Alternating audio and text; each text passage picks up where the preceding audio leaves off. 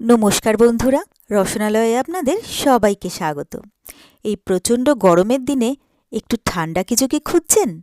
তাহলে আজকের এই কাঁচা আমের শরবত রেসিপিটি কিন্তু আপনারই জন্য। টক মিষ্টি স্বাদের এই শরবত যেমন রিফ্রেশিং তেমনই স্বাস্থ্যকর।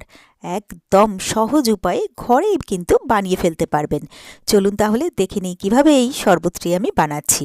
এর জন্য প্রথমেই নিয়ে নিয়েছি দুটো কাঁচা আমগুলোকে ভালো করে ধুয়ে পরিষ্কার করে প্রেসার কুকারের মধ্যে জল দিয়ে এটাকে দুটো সিটি দিয়ে আমটাকে আমি সেদ্ধ করে নিলাম। এরপরে আমটাকে তুলে আমি প্লেটের মধ্যে নিয়ে নিয়েছি। তো আমের খোসাটা আমি সুন্দর করে ছাড়িয়ে নেব, আর আমের এই পাল্পগুলো আমি একটা স্পুনের সাহায্যে ভালো করে প্লেটের মধ্যে বার করে নিলাম।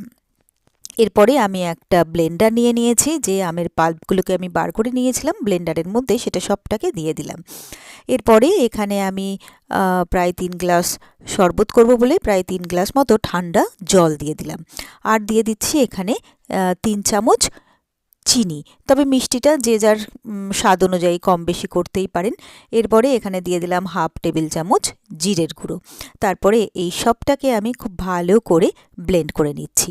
তো সমস্তটা আমার ভালোভাবে ব্লেন্ড করা হয়ে গেছে। এরপরে একটা আমি বড় পাত্র নিয়ে নিলাম আর একটা নিয়ে নিলাম স্ট্রেনার।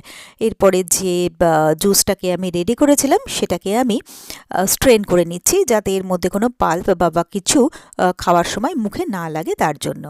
তো এটাকে স্ট্রেন করার পরে এর মধ্যে আমি দিয়ে দিলাম হাফ চামচ বিট নুন, আর দিয়ে দিচ্ছি এখানে চাট মশলা পাউডার। এখানে আমি 1.5 চামচ চাট মশলা পাউডার দিয়ে দিলাম। এরপরে এই সবটাকে ভালো করে আমি মিক্স করে নেবো। এখানে কিন্তু আর কোনো কিছু মশলা বা কিছু দেওয়ার প্রয়োজন পড়বে না। তো সবটাকে ভালো করে মিক্স করে নিয়ে এখানে আমি নিয়ে নিয়েছি একটা সার্ভিং গ্লাস। তো সার্ভিং গ্লাসে আমি কাঁচা আমের শরবত দিয়ে দিলাম। এখানে চাইলে কিন্তু বরফও এর সাথে ব্যবহার করা যেতে পারে, তবে আমার এখানে জলটা যেহেতু বেশ ঠান্ডা ছিল সেই জন্য আমি আর এখানে বরফ ব্যবহার করলাম না। তো ব্যাস, তৈরি হয়ে গেল আমার খুবই চটপটা দারুণ টেস্টি তরতাজা কাঁচা আমের শরবত। আর আমার এই রেসিপিটা যদি আপনাদের ভালো লেগে থাকে তাহলে আপনারাও বাড়িতে ঠিক এইভাবে একবার ট্রাই করে দেখবেন। কথা দিচ্ছি আপনাদেরও ভীষণ ভীষণ ভালো লাগবে। আর আমার রেসিপিগুলো যদি আপনাদের ভালো লেগে থাকে তাহলে প্লিজ আমার ভিডিওগুলোতে লাইক কমেন্টস শেয়ার করবেন। আর আমার চ্যানেলটা যদি নতুন চেক করতে থাকেন প্লিজ আমার চ্যানেলটাকে সাবস্ক্রাইব করবেন।